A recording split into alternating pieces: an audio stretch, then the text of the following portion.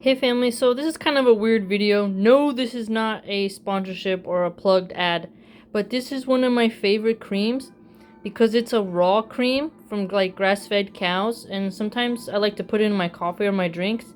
I don't always get to buy it, right? Because it's $12, but it's really delicious. I just thought if any of you have ever tried any raw cream and the difference between pasteurized and raw, again, you have to kind of be careful sometimes with raw cream, but it's really delicious, and it's so delicious for all the people out there who do baking or like they want to make a sauce.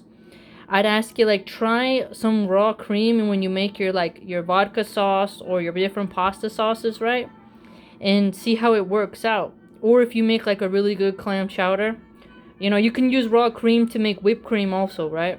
So you can use it for a lot of different things, but it adds so much more flavor, I noticed. So I just thought I'd kind of share that. I don't know if there's Amazon Fresh, so you can order it on there. So yeah.